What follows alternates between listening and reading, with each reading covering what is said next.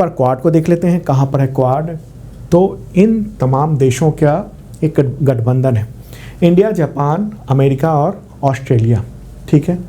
तो इसी की मीटिंग होनी थी, और कहाँ पर मीटिंग होनी थी? सिडनी में 24 मई को, तो उसको रद्द कर देना पड़ा है। तो सवाल ये है कि अमेरिका में ऐसे क्या हालात पैदा हुए कि बाइडन को अपनी यात्रा तक रद्द करनी पड़ी है। तो देखिए, अमेरिका अभी गंभीर आर्थिक संकट में फंसा हुआ है। पूरी दुनिया में आर्थिक संकट है, लेकिन अमेरिका में अलग तरह का आर्थिक संकट है। और अमेरिका के जो ट्रेजरी डिपार्टमेंट है उसके मुताबिक अमेरिकी सरकार के पास 1 जून के बाद फंड ख़त्म हो जाएगा।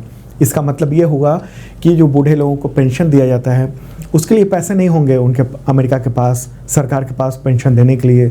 सरकारी कर्मचारियों को वेतन देने को पैसे नहीं होंगे, तो उसमें देर हो सकती है। सेना के लोगों को तनख्वाह, वेतन वो देने में देर हो सकती है। और साथ ही अमेरिका में जो ब्याज दर है उसमें काफ़ी उछाल आ सकता है, ठीक। तो इस तरह के संकट वहाँ पर देखने को मिल रहा है। और बताऊँ आपको, कुछ डेटा भी दिखा देना चाहता हूँ। ये रहा डेटा, जो देख भी लीजिए, मैं आपको बता रहा हूँ। अमेरिकी सरकार इस साल 19 जनवरी, मतलब जनवरी की बात कर रहे हैं, उस वक्त जो 31.4 ट्रिलियन डॉलर का कर्ज लेने की जो क्षमता थी, सीमा थी उसकी, वो पूरा कर चुकी है। लगातार वह अमेरिका अपनी सरकार के कर्ज लेने की क्षमता बढ़ाता जा रहा है, और ये जो लिमिट थी वो इतनी थी 31.4 ट्रिलियन डॉलर की, तो वो पूरा हो चुका है। और जनवरी से लेकर अब तक वहाँ का जो ट्रेजरी डिपार्टमेंट है वो किसी तरीके से अकाउंट को मैनेज कर रहा है, और अलग अलग जगह से फंड को खींच कर और बिल का भुगतान कर रहा है।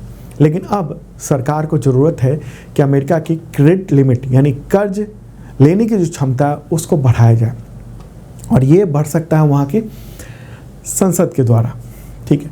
लेकिन वहाँ क्या है, रिपब्लिकन डेमोक्रेटिक नेताओं की मीटिंग भी हुई है व्हाइट हाउस में इस चीज़ को लेकर, लेकिन अभी तक कोई डील नहीं पहुँच सकी है कि इस लिमिट को बढ़ाया जाए। दरअसल विपक्ष ये कह रहा है कि भाई आप अपनी इनकम तो बढ़ाइए, ठीक कीजिए, और आर्थिक संकट को दुरुस्त कीजिए, ताकि ये बार बार जो कर्ज लेने की ज़रूरत पड़ रही है वो ख़त्म हो सके, कर्ज लेने के जो मामला है वो। तो ये स्थिति देखने को मिल रही है, और उम्मीद ये है कि थोड़ी सी तनाव के बाद वहाँ की सरकार की क्रेडिट लिमिट बढ़ जाएगी। पहले भी ऐसा देखने को मिला है अमेरिका में। और आपको बताऊं कि अमेरिका में दुनिया के बहुत सारे देशों ने निवेश किया हुआ है। एक तरह से कहिए तो कर्ज दिया हुआ है भारत ने भी।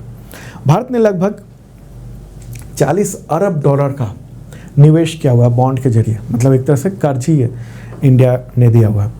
और इसलिए जब वहाँ पर आर्थिक संकट आता है तो पूरी दुनिया के देश जो ना वो सहम जाते हैं। अमेरिका दुनिया का सबसे ताकतवर देश माना जाता है, और उसी की जब आर्थिक क्षमता गड़बड़ाएगी तो पूरी दुनिया जो है वो सहम जाती है। क्वाड जो है ना, क्वाड का मकसद क्या था कि चीन का जो बढ़ता हुआ प्रभुत्व है, शक्ति है, उसके खिलाफ एकजुटता दिखाई जाए। लेकिन ये जो मीटिंग रद्द हुई है उससे एक माना जा रहा है क्वाड को टेम्पररी एक धक्का लगा है। सवाल ये है कि क्वाड की जो मीटिंग है वो रद्द हुई है तो कितना बड़ा अमेरिका के लिए नुकसान है।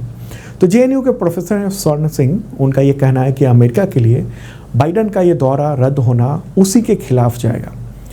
दुनिया भर में इतना दखल रखने वाला अमेरिकी राष्ट्रपति, उसे आंतरिक कारणों की वजह से अपनी विजिट ऑस्ट्रेलिया की रद्द करनी पड़ी, क्वाड मीटिंग को रद्द करना पड़ा। तो बाकी देशों में इसका संदेश ठीक से नहीं जाता है, क्योंकि चीन वहाँ ऐसा देखने को नहीं मिलता है। अगर वहाँ आर्थिक तौर पर दिक्कत भी होती है तो सरकार वहाँ इस तरह का मैसेज जाने नहीं देती है। और जब अमेरिका में इस तरह की हलचल होती है तो इससे दुनिया भर में ये संदेश जाता है कि अमेरिका जो दुनिया में अपना इतना बड़ा दखल रखता है, उसी के घर की हालत इतनी ख़राब है कि दौरा रद्द करना पड़ रहा है। हालांकि बाइडन जापान में जो G7 की समिट होने वाली है उसमें वो शामिल होने के लिए हिरोशिमा जाएंगे, और माना ये जा रहा है कि G7 की वहीं पर G7 के तमाम जो मेंबर कंट्री हैं उन सब के चीफ की वहीं पर मीटिंग हो सकती है। ठीक है, तो मुझे लगता है कि पूरी बात आप समझ चुके होंगे, जो अमेरिका का जो आर्थिक संकट है उसके बारे में, और क्वाड की जो मीटिंग रद्द हुई है उससे क्या मैसेज गलत गया है उसके बारे में भी। ठीक है, तो ऐसे वीडियोस देखने के लिए आप इस चैनल को जरूर सब्सक्राइब करें। और यहाँ पर करंट अफेयर्स की शानदार तैयारी करवाई जाती है तमाम एग्जामिनेशंस के लिए। और अभी हाल में जो यूपीपीएससी का एग्जामिनेशन हुआ है पीसीएस का, उसमें करंट अफेयर्स के 85% क्वेश्चन जो हमने बताए थे वो सब आए हैं, और उसके बारे में मैंने पिछले वीडियो में पूरा वीडियो सहित दिखाया था। तब मिलते हैं अगले वीडियो में, बाय।